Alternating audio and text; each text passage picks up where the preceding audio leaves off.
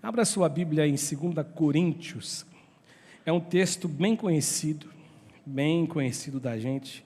Carta do apóstolo Paulo aos Coríntios, a sua segunda carta, o capítulo 12. Eu só vou ler o verso 9. Eu poderia citá-lo. Eu quero ler com você, eu estou com uma tradução diferente, mas eu só vou ler a parte A do texto. Quando Paulo apóstolo, ele fala assim: mas ele me disse, ele quem? Deus, a minha graça é suficiente a você. Só até aí. Mas ele me disse, a minha graça é suficiente para você.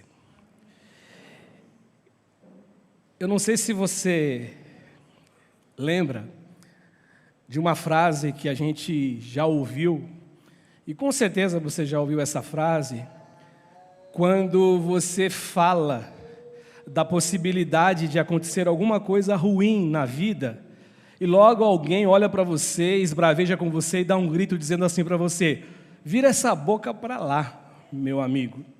E se tiver uma madeira por perto, ele vai lá e bate na madeira. Eu fico pensando que a versão gospel disto é o famoso tá amarrado da década de 90. Tudo que a gente falava tá amarrado. E lembrando disto, eu fiquei pensando, e eu acredito que muitas pessoas, muita gente, já disse isso em algum momento da sua vida, por conta de algo que ele ouviu. E ele disse, olha, tá amarrado, ou ele disse, vira essa boca para lá, meu amigo. E aí eu fiquei me questionando, por que que as pessoas falam isso? Por que que a gente fala isso? Por que que a gente pensa isso? E humildemente, dizendo a você, eu só consegui vislumbrar uma resposta, uma única resposta. Eu fiquei pensando que a resposta, ela acontece por uma única via, no sentido de que nem eu e nem você, nenhum de nós queremos que sofrimentos nos alcancem, nós queremos que fracassos nos alcancem, e muito menos quedas. Ninguém quer isso, ninguém deseja isso para a vida.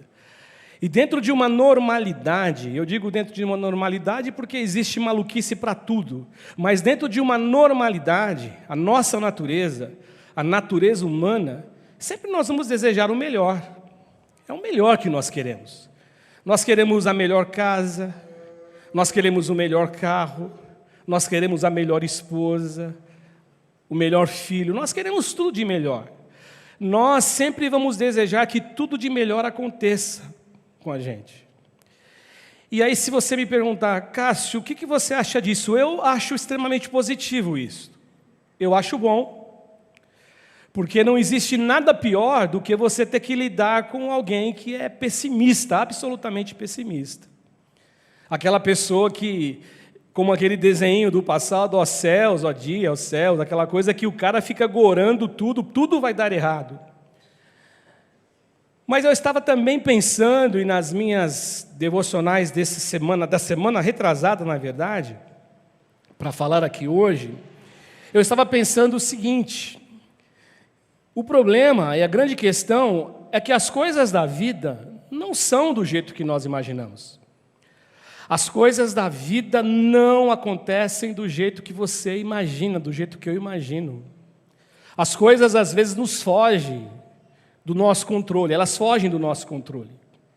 Ou seja, nós temos uma imaginação, e na nossa imaginação e na nossa mente, o mundo que nós desenhamos, o mundo ideal para nós, é um mundo onde tudo acontece da melhor maneira possível. Tudo acontece de modo harmônico.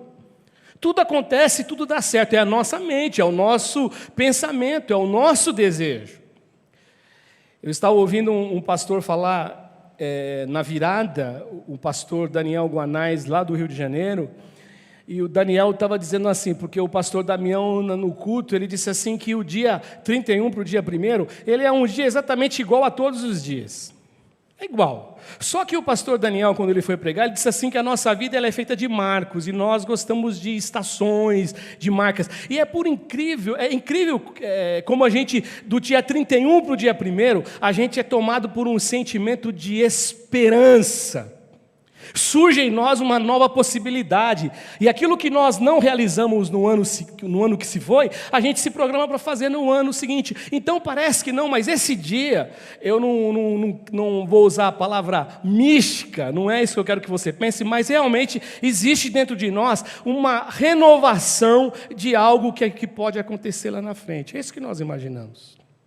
E aí a gente pensa que tudo de bom pode acontecer, mas o fato, a grande verdade, é que nem eu e nem você sabemos o que vai acontecer em 2023. Ninguém sabe. Ninguém sabe.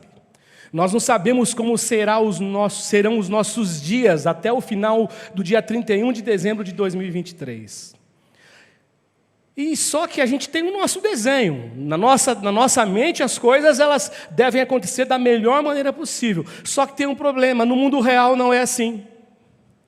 No mundo real, existe morte. No mundo real, existem doenças. No mundo real, existem pessoas que ferem umas às outras. No mundo real, existem pessoas que desprezam umas às outras. No mundo real, existe medo. No mundo real existe angústia, no mundo real existe solidão, e eu poderia multiplicar os exemplos aqui para vocês, para dizer de tanta coisa que existe no mundo real, que parece que elas existem com o poder de nos ferir e nos machucar. E aí pensando nisso, eu acredito que também de uma maneira normal, todos almejam, e todos desejam encontrar a resposta, e encontrar o caminho para que a gente saiba como e o que fazer quando nós somos atacados por esses momentos, por esses dilemas, por essas situações que nós encaramos essas coisas. E mais, o que fazer quando você olha para dentro de você, e eu costumo pensar que a gente ora muitas vezes para Deus, logicamente, mas às vezes a gente fala conosco em nossas orações, a gente ora para nós. E aí eu digo para você que eu estou me lembrando do Salmo 42, alma, alma, por que você está abatida? Por que você se perturba dentro de mim? Espere em Deus, pois ainda eu louvarei. Então nesse instante também, o que fazer quando a nossa alma, a gente sente que a nossa alma ela foi mergulhada, ou ela está mergulhada num vale de escuridão, o que fazer? Como que a gente sai disto? Porque a única sensação que a gente tem é que não existe mais saída, não existe mais solução, não existe mais possibilidade e não existe mais remédio. O que fazer? E aí, eu louvo a Deus, engrandeço o nome do nosso Deus, o nosso Deus Todo-Poderoso, Criador dos céus e da terra, porque o nosso Deus, Ele nos dá um presente. Ele nos dá um presente nas nossas mãos. E esse presente, se a gente for escrever no papel, ele é tão pequenininho para escrever no papel, esse presente tem 2 letras. O nome desse presente é fé. Ele nos dá fé, porque o escritor de Hebreus fala assim, que Ele é o autor e consumador da nossa fé. E a fé, ela nos leva a uma dimensão do saber que, independentemente do cenário que eu me encontre, e que nós nos encontramos, Deus está com a gente. Isso é fé. É não olhar para a circunstância, é olhar para a palavra de Deus, é olhar para Deus, é mesmo que eu não sinta Deus, é pensar o seguinte, crer nisto, Deus está comigo. Agora, só que eu preciso saber que mesmo exercendo a fé, e mesmo tendo esse presente de Deus, às vezes nós vamos ouvir um não de Deus.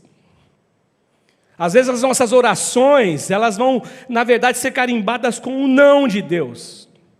E quando nas orações, e quando os nossos clamores, eles recebem um não de Deus, eu fiquei pensando que eu e você, nós temos que ter muita maturidade. Maturidade espiritual. Maturidade para entender e para saber que nem de longe esse não de Deus ele significa descuido dele com a gente. Ou então, falta de interesse em nos ajudar. Não, esse não tem esse significado. E muito menos que ele não nos ama. E aí a gente começa a se vitimizar achando que Deus não nos ama. Não, esse não significa isto. Eu digo isso pensando em tantas vezes numa quantidade enorme de vezes, que eu e você nos sentimos tão pequenininhos, tão fracos, tão inseguros, tão indefesos, tão vazios, tão impotentes diante de uma situação que chegou, não pediu licença, aconteceu na tua vida, você não esperava, você não contava com aquilo, mas aquilo chegou e você está sendo obrigado a lidar com aquilo. E a sensação que você tem é que Deus se esqueceu completamente de você. Porque nessa situação, eu costumo dizer assim, eu confesso para você que eu até pensava negativamente a respeito disso. Gente que só ora quando o calo aperta. Eu confesso que eu já passei por esse estágio. Hoje eu já não penso mais assim. Porque eu começo a pensar que até Jesus Cristo, na agonia dele, quando ele orou gotas de sangue, porque ele sentiu o peso. Mas o problema é que situações assim, as nossas orações, não é um problema na verdade, eu usei uma expressão errada. Até porque quando a gente se sente isolado, fraco, sem Deus, parece que Deus se distanciou da gente. As nossas orações, elas passam de um estágio de orações e elas vão se tornando súplicas, súplicas e súplicas. É aquela coisa que você entra na presença dele e você pede, você grita, você clama, só que parece que Deus não está te ouvindo. E você deseja que Deus ele afaste de você esse problema, só que a gente não encontra a resposta.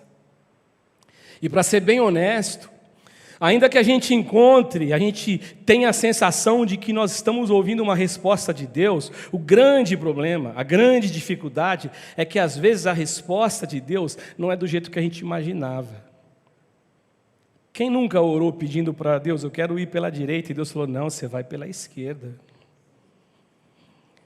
Quem nunca orou pedindo alguma coisa e Deus disse, não, não é isso que eu quero para você, só que você não entende. Eu estava ouvindo no final do ano, ou no começo do ano agora, final do ano para início, uma música do Salles antiga que o Davi cantava aqui, mesmo sem entender, a letra fala isso. Está difícil, eu não vou lembrar a letra, mas ele fala, mesmo sem entender, e a gente não entende nada. E parece que a gente ouve a voz de Deus no nosso coração, dizendo assim para a gente, eu não vou fazer isso que você está me pedindo.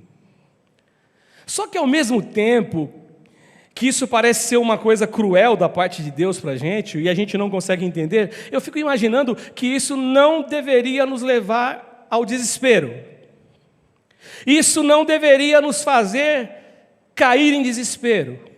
E por que você está dizendo isso, Cássio? Eu estou dizendo porque isto já aconteceu com muitos homens e com muitas mulheres piedosas que serviram a Deus em integridade no coração, mesmo servindo a Deus com toda integridade. Homens piedosos que você lê a história, e homens que você conhece, que não precisa ler a história que não está num livro, mas que está diante de você, que você conviveu, que você convive. Esses homens sendo piedosos, essas mulheres sendo piedosas, eles tiveram que lidar com tribulações, com lutas e com dores.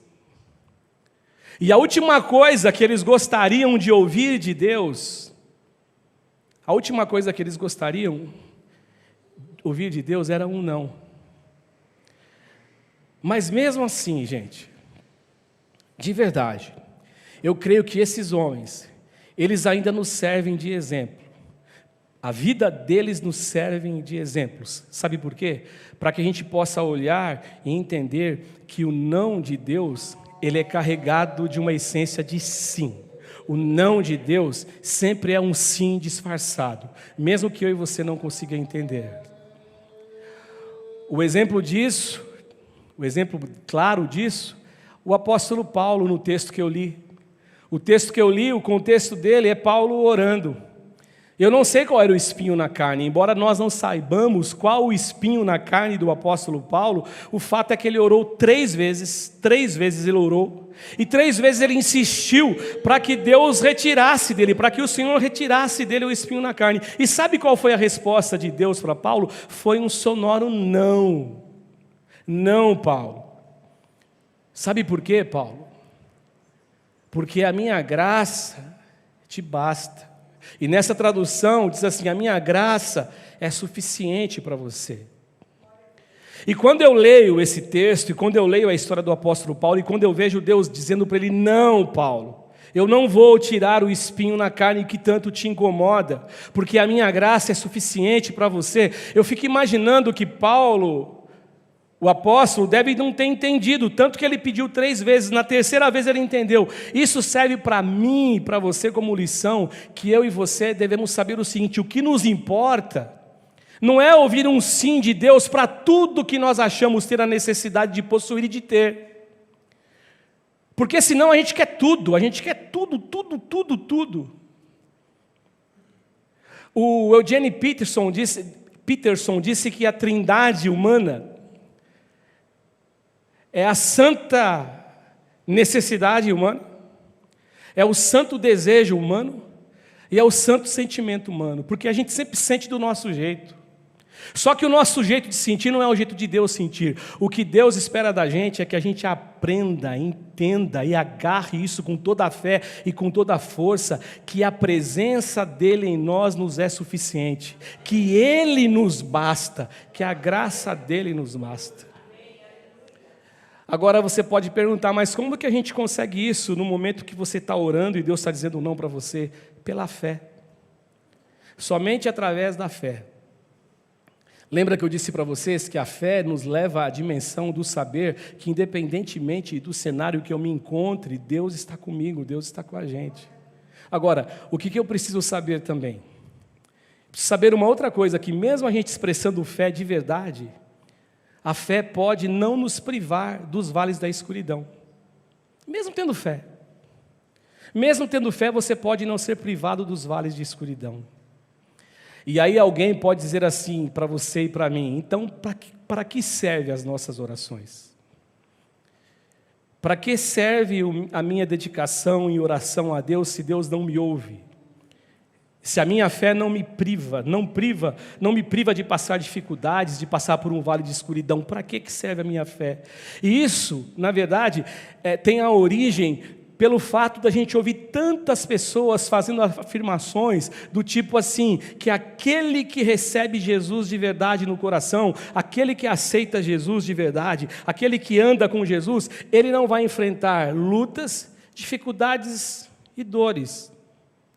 Mas isso é uma inverdade, isso não é verdade, isso não é verdade, isso é uma grande inverdade, porque quando você lê a Bíblia Sagrada, você vai encontrar a história de muitos homens e de muitas mulheres que sofreram, e além de sofrer, morreram, foram mortos. Para isso, basta a gente lembrar do texto da galeria dos heróis da fé de Hebreus, capítulo 11, e eu sublinhei 3 versículos aqui para ler com vocês. Olha o que diz o texto. Outros, verso 36, capítulo 11, outros enfrentaram zombaria e açoites. Está falando de gente de fé, da galeria dos heróis da fé, de homens de Deus. E olha o que é dito aqui, o que nos é dito aqui, muito mais. Outros ainda foram acorrentados e colocados na prisão, apedrejados, cerrados ao meio, postos à prova, mortos ao fio da espada, andaram errantes, vestidos de pele de ovelhas e de cabras. E olha o que diz o texto: necessitados, afligidos e maltratados. Homem de Deus, galeria dos heróis da fé, gente que talvez a minha fé, a fé do Cássio, fosse uma fé ridícula perto da fé desses homens. Mas olha o que aconteceu. A fé deles não os livrou desse vale de escuridão. E eu gosto muito do versículo 38, que diz assim: o mundo não era digno deles. Vagaram pelos desertos e montes, pelas cavernas e grutas. Homens de Deus. Portanto, essa conversa de que homem de Deus e mulher de Deus, gente séria com Deus, não passa privação, não é verdade. Não é verdade. O que é verdade, o que eu creio de todo o meu coração, é a oração de Davi, quando ele fala assim: o Senhor é o meu pastor e de nada terei falta. O que é verdade é a oração deste homem que diz assim: eu posso não ter nada em relação àquilo que as pessoas entendem como tudo, mas eu tenho Deus. E se eu tenho Deus, nada me falta. E o que me enche, ou que enche o meu coração de alegria, e que faz com que a minha alma se encha de esperança e de fé, É a certeza, gente, e a convicção de que Deus não nos deixa sozinhos. Deus não nos deixa sozinhos. Nós jamais fomos e nós jamais seremos abandonados e esquecidos por Deus. Jamais. Por uma razão muito, muito simples. Sabe por quê? Porque Deus, Ele é o nosso amigo. Deus, Ele é o nosso Pai. Deus, Ele enviou seu Filho para sofrer por mim e por você. Ele sofreu por todos nós. Por todos nós. Ele se fez homem. Ele se fez carne. Ele se vestiu de uma pele humana para vir em nosso socorro. Esse Deus Todo-Poderoso, Criador de tudo que você vê, toda beleza, tanta coisa linda que você vê, que você contempla com os teus olhos, e coisas que você nem contempla com os teus olhos. Esse Deus, Ele decidiu entrar no mundo, e se fazer conhecido, e se fazer notado, carregado no ventre e na barriga de uma menina, de uma adolescente. E Ele fez isso, sabe por quê? Porque Ele te ama, porque Ele me ama, porque Ele nos ama. Foi por isso que Ele fez isso. E mais, Ele queria que eu e você, que a gente soubesse, e que a gente visse também, que do mesmo modo que Ele atravessou vales de escuridão, e Ele venceu todos estes vales de escuridão, Ele quer que você saiba que você também pode vencer esses vales de escuridão. E muito mais, esse Deus, Ele também deseja que você e que a gente saiba que nós não precisamos e não vamos atravessar esses vales sozinhos. Deus vai estar com a gente, e Ele quer que você creia e que você saiba, que você creia de todo o teu coração, o seu coração, que você creia que Ele está com você, estará com você sempre. E eu termino a minha fala aqui dizendo da minha satisfação, da minha alegria, de quando eu pego o texto sagrado para ler, e quando eu pego a Bíblia para ler, a satisfação de eu poder encontrar e me deparar com promessas e com verdades tão poderosas, que alegram o meu coração e que enchem a minha alma de esperança e de fé.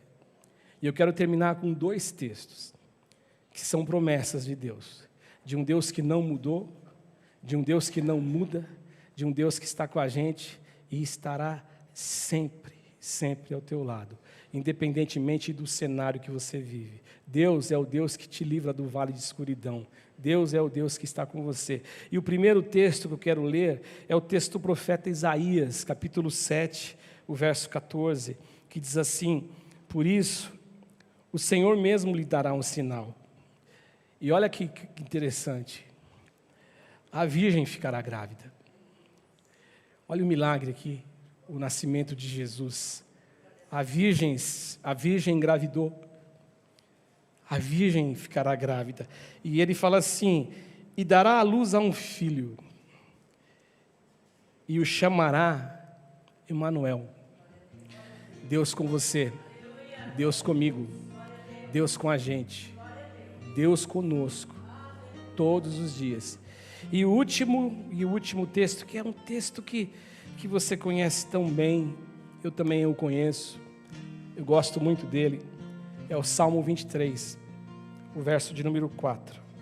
Quando Davi, na sua oração com Deus, ele fala assim: mesmo quando eu andar por um vale de trevas e de morte.